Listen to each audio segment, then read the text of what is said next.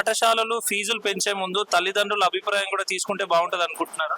Yes sir, already వాళ్ళు అదే కదా మనకు చెప్తున్నారు. జూన్ వస్తుంది, ఇది మే, నెక్స్ట్ ఇయర్ ఇప్పుడు ఉన్న ఇయర్ ఫీజు కంటే నెక్స్ట్ ఇయర్ ఆల్మోస్ట్ ఫీజులు పెంచుతారా అనేది తల్లుల నుంచి మాకు వస్తుంది. మేము స్లమ్స్ లో తిరుగుతూ ఉంటాము. నెక్స్ట్ ఇయర్ జూన్ వస్తుందంటే ఫీజులు పెంచుతారు, ఇంకా అడ్మిషన్ ఫీజు అది ఇది అని చాలా వస్తాయి అనేది పేరెంట్స్ నుంచి వచ్చిన అభిప్రాయమే ఇది. సో ఎట్లాంటి చర్యలు తీసుకుంటే ఫీజును నియంత్రించవచ్చు అని మీరు అనుకుంటున్నారు? ఫీజుల నియంత్రణ పైన ఒక స్కూల్ పెట్టాలి అంటే అది ఒక పర్మిషన్ మన గవర్నమెంటే ఇస్తుంది సార్.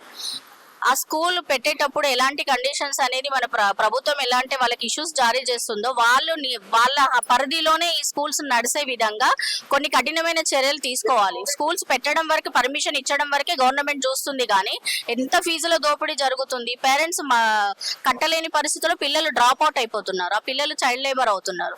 సో ఇవన్నీ కూడా దృష్టిలో పెట్టుకొని స్కూల్ కి పర్మిషన్ ఇచ్చే ముందే ఏ ఏరియాలో స్కూల్ పెడుతున్నారు, అక్కడ ఎలాంటి పబ్లిక్ ఉంటుంది, దానికి తగ్గ ఫీజుల స్ట్రక్చరే అక్కడ ఉండే విధంగా ప్రభుత్వం వాటికి ఇన్స్ట్రక్షన్ ఇస్తే కనుక ఇది ముందు ఫర్దర్ గా అందరు పిల్లలకు చదువుకోవడానికి కూడా అవకాశం ఉంటుంది.